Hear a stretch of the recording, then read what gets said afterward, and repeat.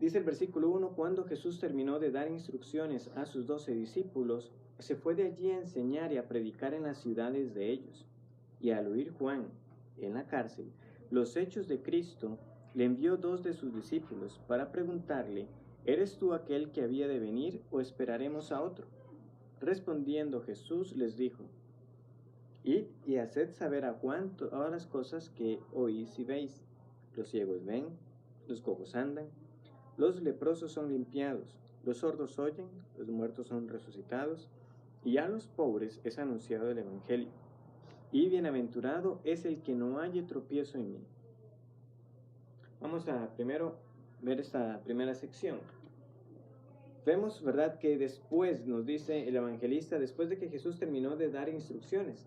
Recuerdan que, ¿verdad?, esto fue lo que estudiamos ya parte del final del año pasado y al inicio de de que Jesús instruyó a sus 12 discípulos, nos muestra cómo los ordenó, les muestra cuál misión les encargaba particularmente, las persecuciones que iban a venir, a quién realmente debían de temer. Vimos allá en el último estudio cómo siempre el hecho de que uno profese fe en Jesús siempre va a ser un motivo divisivo, empezando por la familia misma. Por eso es que Jesús dice el padre contra su hijo, el hijo contra el padre, la hija contra la madre. ¿Por qué esto así? ¿Por qué en Jesús, que ha dicho por otro lado que Él daba la paz como el mundo no la da, dice en este contexto que Él no ha venido para traer paz? Entonces hay que saber entender, ¿verdad?, el contexto en el que Jesús dice las palabras para saber de que no hay ninguna contradicción. Jesús es verdaderamente la paz. Él es el príncipe de paz. No hay paz como la que Él da. Él es el que pondrá fin en última instancia al pecado y la muerte. Pero lo que Él está diciendo es que para aquellos que crean en mí, sepan que tendrán oposición. Y esa oposición empezará por los propios de su casa. Estos serán los primeros que se opondrán. Por eso es que el Señor llama a la atención a las consecuencias que hay cuando uno le debe seguir. Si usted ama más a su familia, si en el momento de escoger entre seguirme a mí o entre un familiar suyo, entre su esposa o su hijo, lo que sea, usted no es digno de mí. Son palabras fuertes, pero son las palabras necesarias para entender que Jesús está diciendo, no hay nadie como yo. Si usted es verdaderamente mi discípulo, va a tomar su cruz y va a seguir en pos de mí. Como vimos, tomar la cruz es una invitación a la muerte, porque eso era lo que significaba en aquel tiempo. Quien estaba cargando una cruz era porque iba a ser crucificado. En última instancia, aunque en este mismo momento ninguno de nosotros esté con peligro de su vida, si es verdadero creyente en Jesús, Jesús sí nos está recordando que en última instancia seguirle a Él nos costará la vida. El que haya su vida la perderá, y el que pierde su vida por causa de mí, eso sí dice Él, la hallará. Pero morir por la causa de Cristo no es ninguna pérdida, es la vida misma. Morir en Cristo es ganancia, como dice Pablo. Y aunque entonces no se verá necesariamente en que alguien venga a ponernos una espada y diciéndonos, niega a Cristo y viva, o diga que es cristiano y lo mato, sí estamos llamados a ese morir a nosotros cada día, morir a nuestros deseos pecaminosos, morir a todo aquello que es contrario a la voluntad de Dios. Entonces, este es el contexto que estoy ampliando un poquito más en la introducción para que entiendan entonces ahora sí las palabras del capítulo 11. O sea, Jesús termina de dar estas instrucciones y nos dice que cuando Él se fue de allí a otro lugar para enseñar y predicar, Cristo no solamente anunciaba las buenas de salvación, sino que Él era verdaderamente maestro.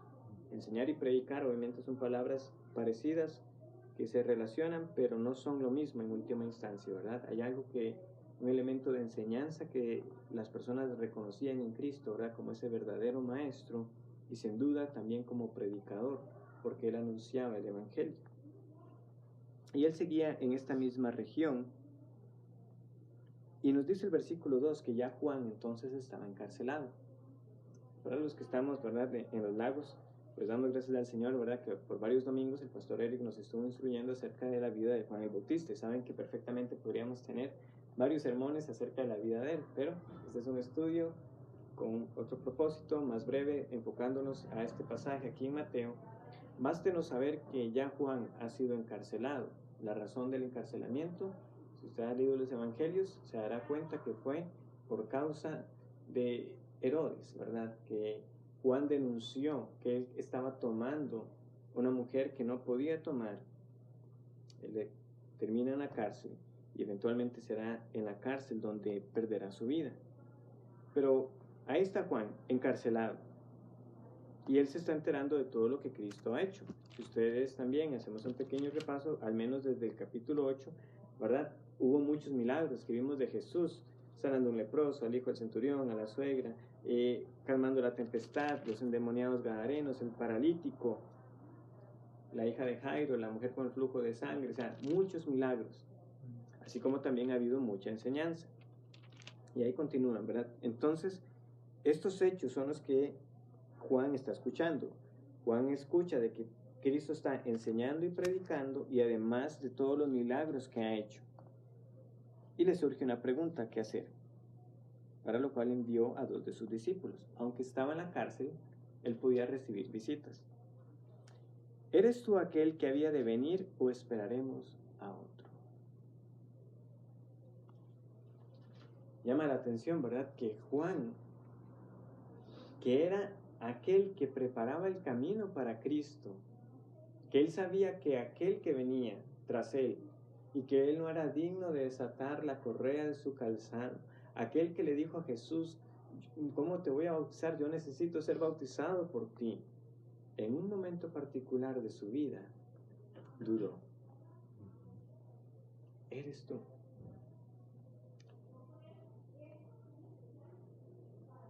Juan ciertamente no era perfecto. Juan no era inquebrantable. Juan, como veremos que el Señor le va a exaltar, él dirá, de los nacidos de mujer no ha habido ninguno como Juan. Interesante, ¿verdad? Y sin embargo, este es el que preguntó, ¿eres tú aquel que había de venir o esperaremos a otro? Un pastor que exponía sobre este pasaje hace un punto que considero válido para que nosotros también consideremos. Hay muchos que precipitadamente critican a Juan por esta pregunta. O hay algunos que buscan como defenderlo. Hay algunos que dicen, no, Juan, no era Juan que dudaba, eran sus discípulos, y Juan lo que dice es, discípulos, vayan y pregunten ustedes mismos a Jesús, como para que ellos mismos se enteren. Pero nosotros sabemos que ese no es el caso, porque Jesús dice, respondiendo Jesús les dijo, id y haced saber a Juan. No eran los discípulos que necesitaban saber, era Juan, el Bautista, el que necesitaba saber estas cosas. Fue Juan el que dudó, fue Juan que envió a sus discípulos con esa pregunta. No era que los discípulos tenían una pregunta y que Juan lo que dice, yo no soy la persona apropiada para contestar, vayan al maestro. No, fue Juan el que dudó. Entonces, están aquellos como que quieren defender, es que no puede ser que Juan haya dudado. Luego están aquellos que dicen, no, de fijo fue Juan que dudó. Pero qué bárbaro, que como este hombre en un momento de flaqueza, en el momento de la prueba. Pero hay que reconocer que Jesús va a, por decirlo así, a reivindicar o a exaltar a Juan delante de las personas, mostrando que uno no puede de verdad juzgar la vida de un hombre por un hecho aislado.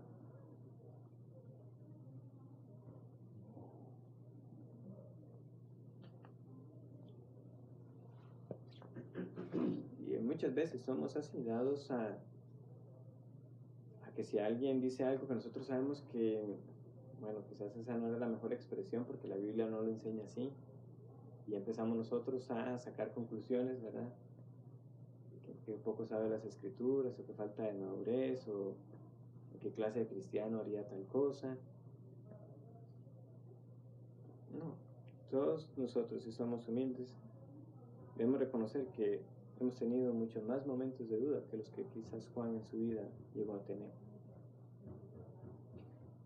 Hemos dudado más de las palabras de Cristo, de su carácter o de su persona. Ahora, esto no se trata de hacer una apología, una defensa de la duda en sí misma. No, la Biblia nos llama a tener seguridad y fe en Cristo Jesús y en lo que Él es. Lo que quiero resaltar es, a veces ese espíritu crítico que puede surgir cuando uno ve a otro flaquear, en vez de uno ayudar. Pero Juan hizo lo correcto. Y en esto también es algo que hay que ver que es digno de alabanza en el carácter de este hombre. Él no se quedó con la pregunta. ¿Se imagina usted estar encarcelado, que en cualquier momento ya puede llegar el final de su vida y simplemente quedarse de brazos cruzados pensando, ¿será que yo me equivoqué y el que yo estaba anunciando no era este Jesús que he conocido, sino que es otro? Y se queda ahí. No, si tenía gente que lo visitó, aprovechó eso para decir, vean, yo tengo una pregunta importante que hacer que me ha surgido en este mismo momento. Antes lo tenía claro, pero ahora mismo necesito la confirmación. Vayan a Cristo, o vayan a Jesús y pregunten, ¿es usted el Cristo? E hizo la pregunta. ¿Eres tú aquel que había de venir o esperaremos a otro? ¿Qué responde Cristo? Digan a Juan lo siguiente, versículo 5.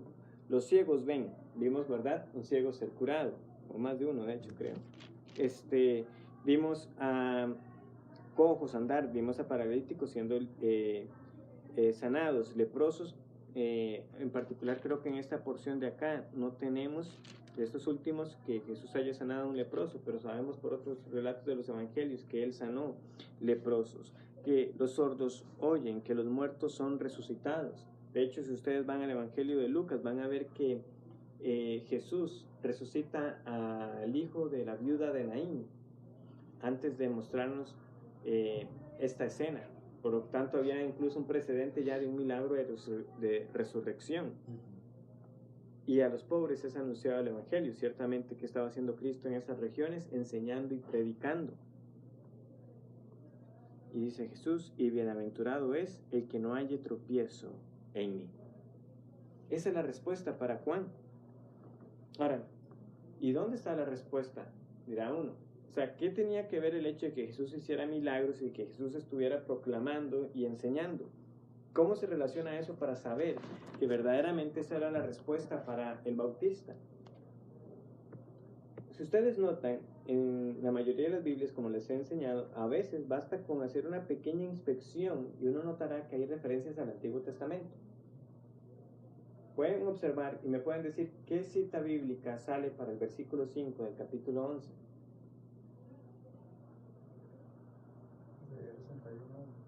Isaías 61. Entonces, ¿qué hace uno? Busca Isaías 61.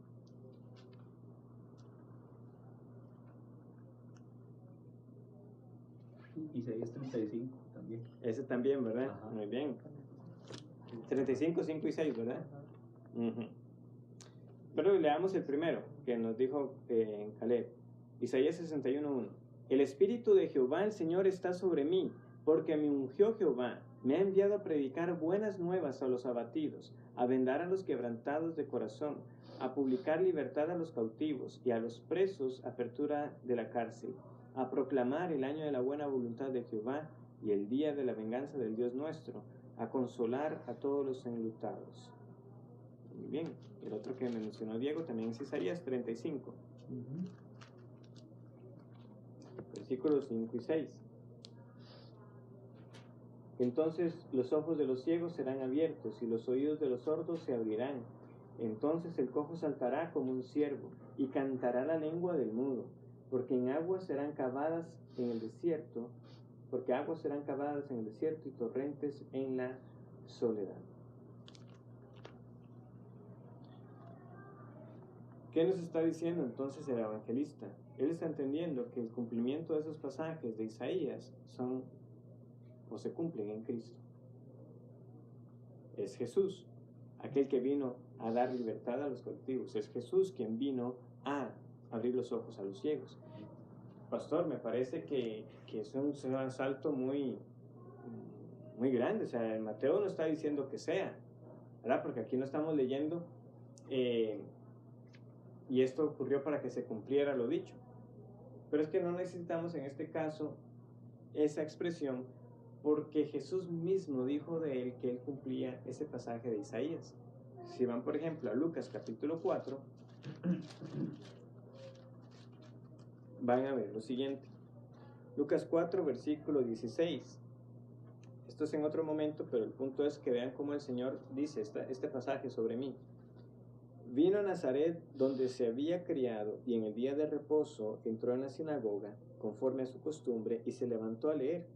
Y se le dio el libro del profeta Isaías, y habiendo abierto el libro, halló en su lugar donde estaba escrito: El Espíritu del Señor está sobre mí, por cuanto me ha ungido para dar buenas a los pobres, me ha enviado a sanar a los quebrantados de corazón, a pregonar libertad a los cautivos, y vista a los ciegos, a poner en libertad a los oprimidos, a predicar el año agradable del Señor.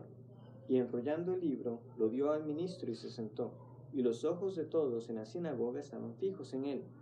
Y comenzó a decirles: Hoy se ha cumplido esta escritura delante de vosotros. ¿A quién tenían por delante? A Cristo, a Jesús. Él es aquel que fue anunciado por Isaías. Entonces esa es la respuesta para el bautista. Yo soy Juan. Yo soy. Recuerde nada más lo que ya ha sido escrito desde antes. ¿Qué tenía que entonces hacer Juan cuando escuchara la respuesta por medio de los discípulos? Esto dijo Jesús: los ciegos ven, los sordos oyen, a los pobres les ha anunciado el Evangelio. Claro, lo que Isaías anunció. ¿Y qué más anunció Isaías? Isaías capítulo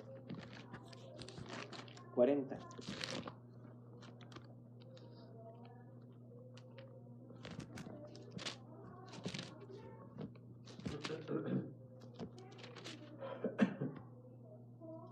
Versículo 3.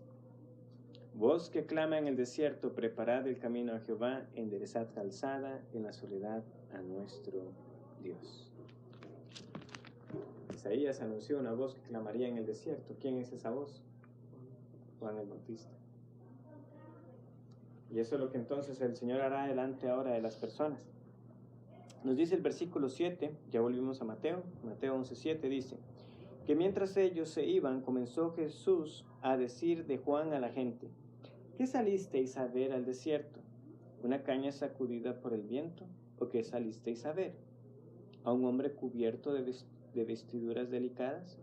He aquí que los que llevan vestiduras delicadas en las casas de los reyes están. ¿Pero qué salisteis a ver? ¿A un profeta? Sí, os digo, y más que profeta.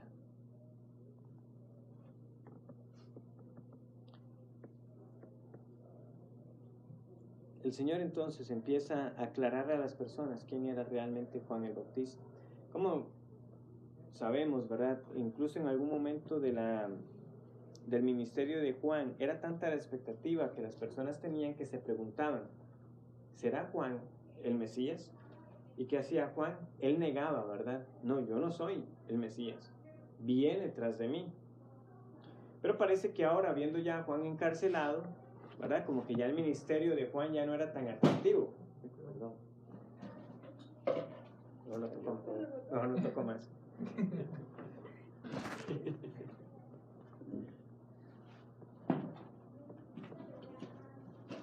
Que Juan el Bautista negó rotundamente, ¿verdad?, de que él no era el Mesías, sino que venía tras él.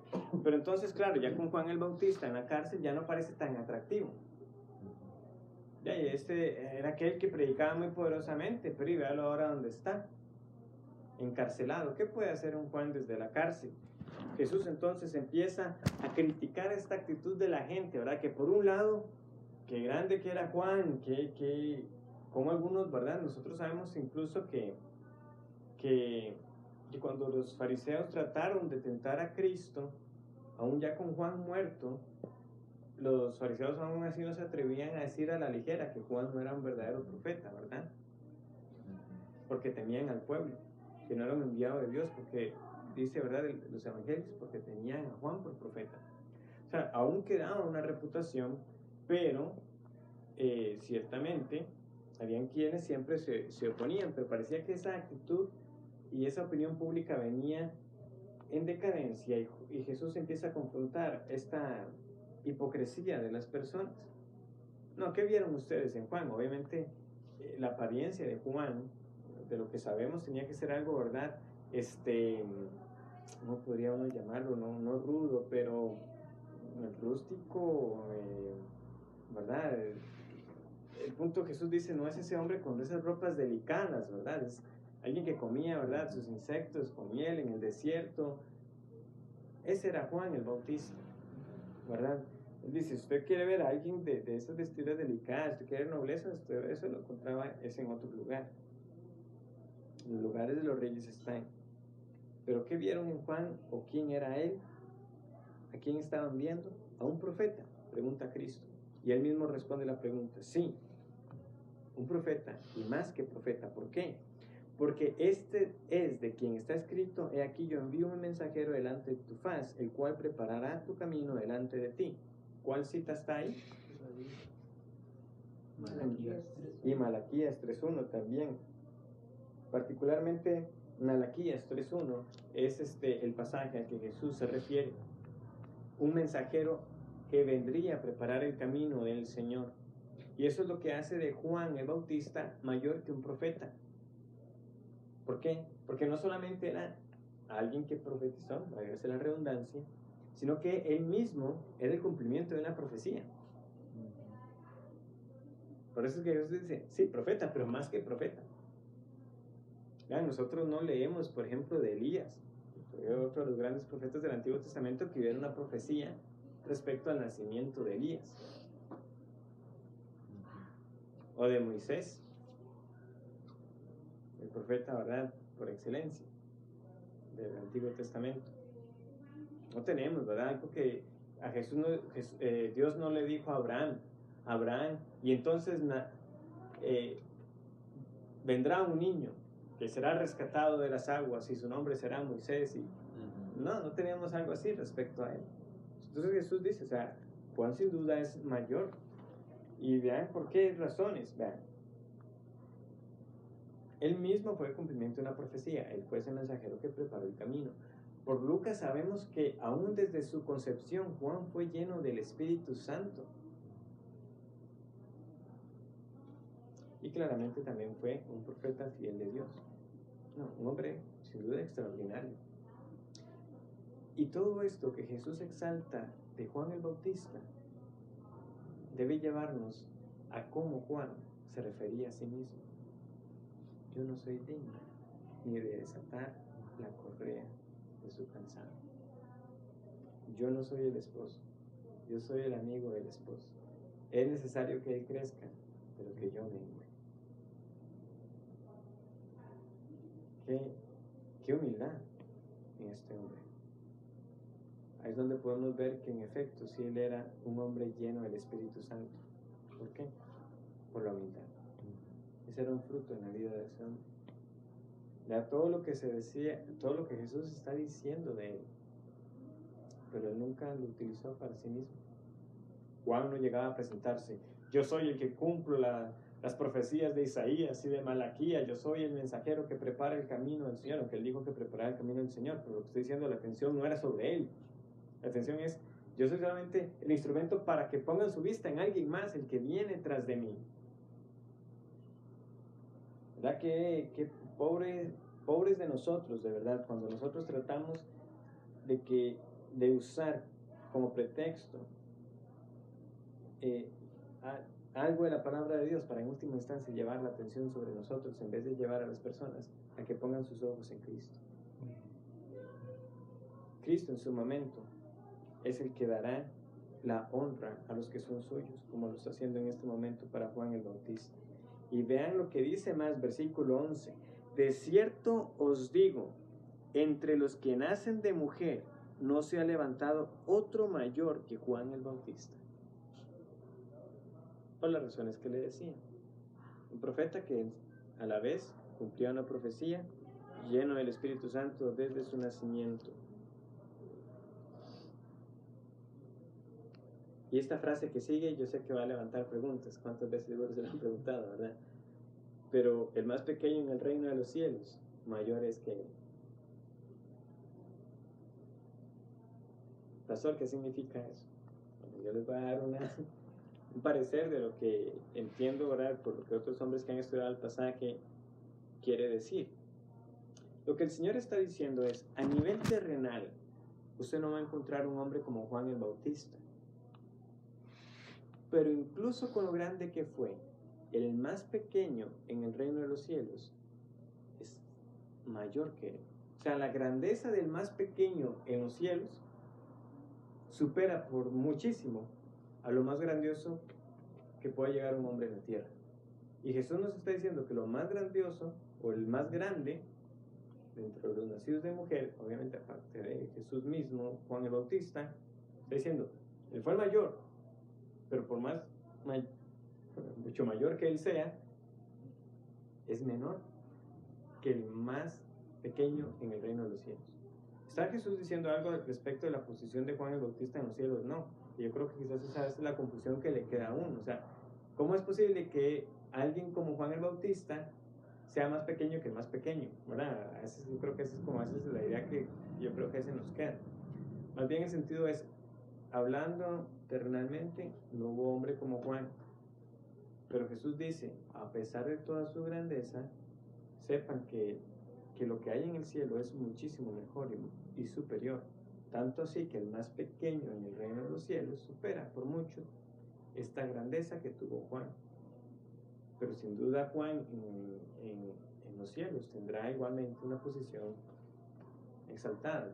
Yo no estoy diciendo aquí si es que va a estar más cerca de Jesús o que si va a tener más coronas. Yo no me entienden nada de eso. Lo que estoy diciendo es que lo que el Señor dice, lo que hay en el reino de los cielos, supera por mucho a Juan el Bautista. Espero que les ayude un poco esta explicación, porque yo sé que también lo que sigue es otro versículo que a veces también algunos se preguntan, ¿qué es esto? Desde los días de Juan el Bautista hasta ahora, el reino de los cielos sufre violencia y los violentos lo arrebatan. ¿Alguno se quiere animar? Voy a abrir un momento de participación. ¿Qué es lo que ha entendido? ¿Cómo han explicado este pasaje? Yo he escuchado, perdón, es que no sé si, bueno, que más bien estoy tratando de recordar la suma de varias enseñanzas que he escuchado acerca de este pasaje, que tiene que ver con la evangelización, ¿verdad? Y cuando el Señor también habla en otro pasaje que las puertas del Hades no prevalecerán contra la iglesia, y la iglesia en algún sentido espiritual buscando rescatar al pecador de ahí, ¿verdad? Pero y hasta el momento he asociado a lo que entiendo ese versículo con esa cuestión espiritual de que esa es la violencia, digamos, que sufre el reino de los cielos, digamos, pecadores pidiendo la salvación, ¿verdad? Que eso es... Sí, sí, hay unos, ¿verdad? Como que, porque pareciera, ¿verdad? Como lo tenemos al menos en Reina Valera, que es como un verbo pasivo, ¿verdad? Como que es el reino de los cielos sufriendo violencia. Sin embargo, luego, el otro pasaje luego más bien muestra y los violentos lo arrebatan. O sea, tenemos la primera parte pasiva y la otra como activa. Entonces, por eso algunos han querido como dar a entender de que es que la iglesia, a pesar de la violencia que sufre, a pesar de la oposición, saldrá adelante. Sin embargo, el sentido con el que yo me inclino para entender el pasaje no es que el reino de los cielos está sufriendo la violencia, sino que es el reino de los cielos el que avanza. Ahora, yo sé que la palabra violencia suena violenta, ¿verdad? Es el reino de los cielos el que avanza, podemos usar otro término, con fuerza, que avanza vigorosamente, es la palabra que utiliza un comentarista Hendrickson, que avanza vigorosamente, y que son los valientes, para quitar quizás esa connotación violenta que pueda dar un malentendido, y son los valientes, los fuertes, quienes lo arrebatan. Aquí hay otra referencia en Lucas 16:16, que dice: la ley y los profetas eran hasta Juan. Desde entonces el reino de Dios es anunciado y todos se esfuerzan por entrar en él. Se esfuerzan, exacto, esa es la idea. O sea, los violentos lo arrebatan. Como les digo, lo que pasa es que la palabra griega que sí está ahí es particular y básicamente lo tenemos aquí en el pasaje paralelo. Por eso quizás la duda cuando algunos han buscado traducir para expresar mejor el sentido, ¿cuál debería ser la opción? Por eso les digo, si la palabra violencia nos puede confundir un poco, simplemente cambiemos por aquellos que son valientes. Dicho de otra manera, el reino de los cielos está avanzando. Y si usted quiere ser parte del reino de los cielos, hay una determinación, hay una valentía, hay un esfuerzo detrás de ello. Esto, bueno, obviamente coincide un poco en la providencia del Señor con lo que yo estuve hablando el domingo pasado. Vean, la salvación es del Señor, es Él quien salva. Pero Cristo claramente también, y en otras partes en los evangelios leemos acerca de ese esforzaos por entrar.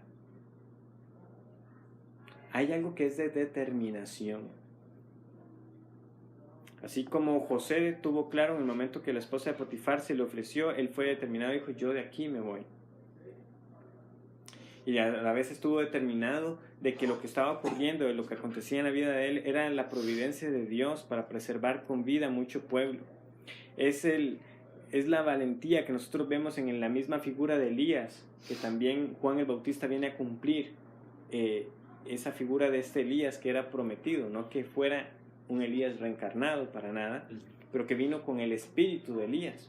¿Y quién era Elías? Elías era el que se le presentaba al rey Acab diciéndole, vive Jehová en cuya presencia estoy, que no lloverá de aquí en 7 años.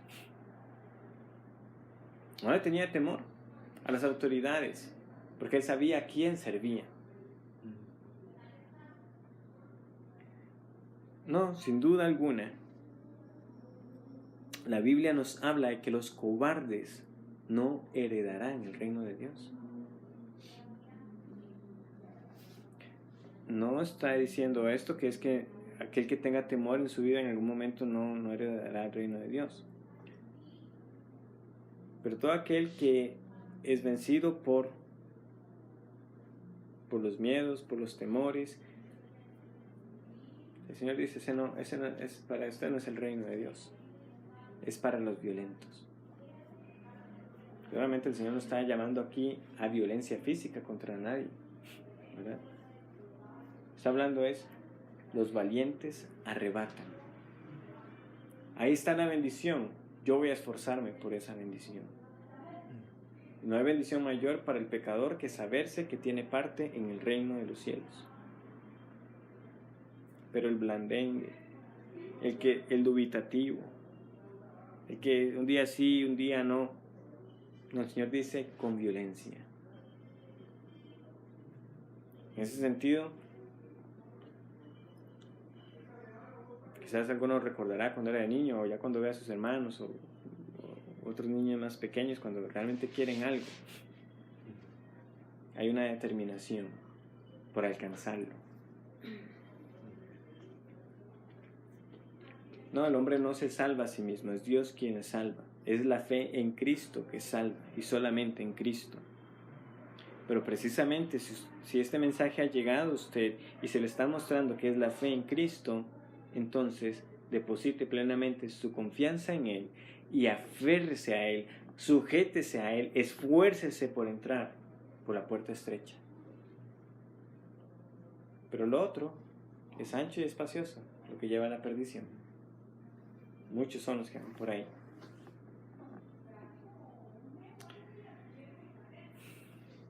Porque todos los profetas y la ley profetizaron hasta Juan, y si queréis recibirlo, él es aquel Elías que había de venir, que tiene oídos para oír, oigan. El Señor simplemente confirma, ¿verdad?, que Juan el Bautista es también el cumplimiento de aquel Elías que se prometió.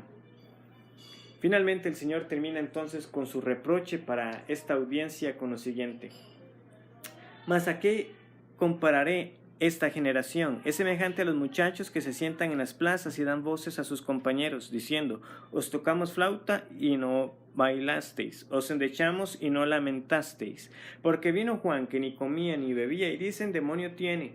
Vino el Hijo del Hombre, que come y bebe, y dicen: he aquí un hombre comilón y bebedor de vino, amigo de publicanos y de pecadores. Pero la sabiduría es justificada por sus hijos. En pocas palabras, a ustedes no se les queda bien. no se les queda bien. Son como niños. Es semejante a los muchachos, pero también se puede traducir como niños. Es una niñería. Lo que el Señor está diciendo es como esos niños que ni se deciden a qué jugar. Hay música y alegría. Ay, no, mejor juguemos de otra cosa. Ah, no, pero es que eso es muy triste. Eso. Y entonces, son como niños. Juan el Bautista, en el desierto, ¿verdad? Que ni comía ni bebía, y dice, demonio tiene. Ahí está lo que ustedes decían, que grande Juan, que será el Mesías. Pero por otro lado están diciendo, no, quizás era hasta un hombre poseído por un demonio. No comía ni bebía, pero viene Cristo. Y come y bebe. Comparte con la escoria del mundo. Amigo de pecadores. Entonces, ni una ni otra no se les queda bien. Ellos no entendieron el propósito de la venida de cada uno de ellos, el por qué Juan vivió como vivió y por qué Jesús hizo lo que hizo. Pero para el incrédulo, para el que no recibe la palabra, para el que siempre quiere oponerse, siempre va a encontrar una razón. Siempre verá cómo justificarse. Por eso dice el Señor, la sabiduría es justificada por sus hijos. Él mismo, que es la sabiduría de Dios. El tiempo le daría la razón a Cristo. En ese momento, cuando el Señor habla de amigos de publicanos y pecadores, claramente, ¿verdad? Él está diciendo, ese es un título que me lo están dando a mí como si fuera un título feo, despectivo.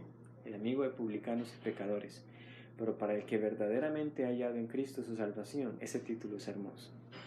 Él es amigo de publicanos y pecadores. Es mi amigo. Es mi redentor.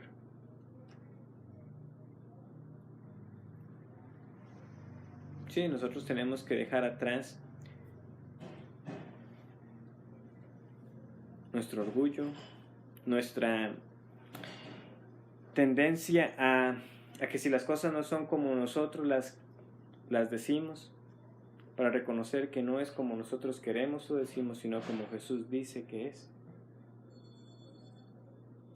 Él vindica entonces a Juan, él lo exalta delante de estas personas, pero de nuevo, así como Juan llevaba la atención sobre Cristo, Jesús no está exaltando a Juan simplemente por el hecho de elevarlo a él, sino para hacernos ver a nosotros cuán inconstantes y cuán hipócritas podemos llegar a ser, porque por una razón u otra el punto era poner el pero sobre la persona y no sobre el mensaje que estaba siendo anunciado.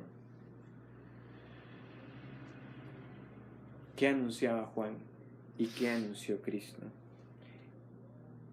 Como veremos al final del capítulo en el próximo estudio, Jesús tendrá palabras muy fuertes para todas estas personas que vieron sus milagros y escucharon su enseñanza y no creyeron en él.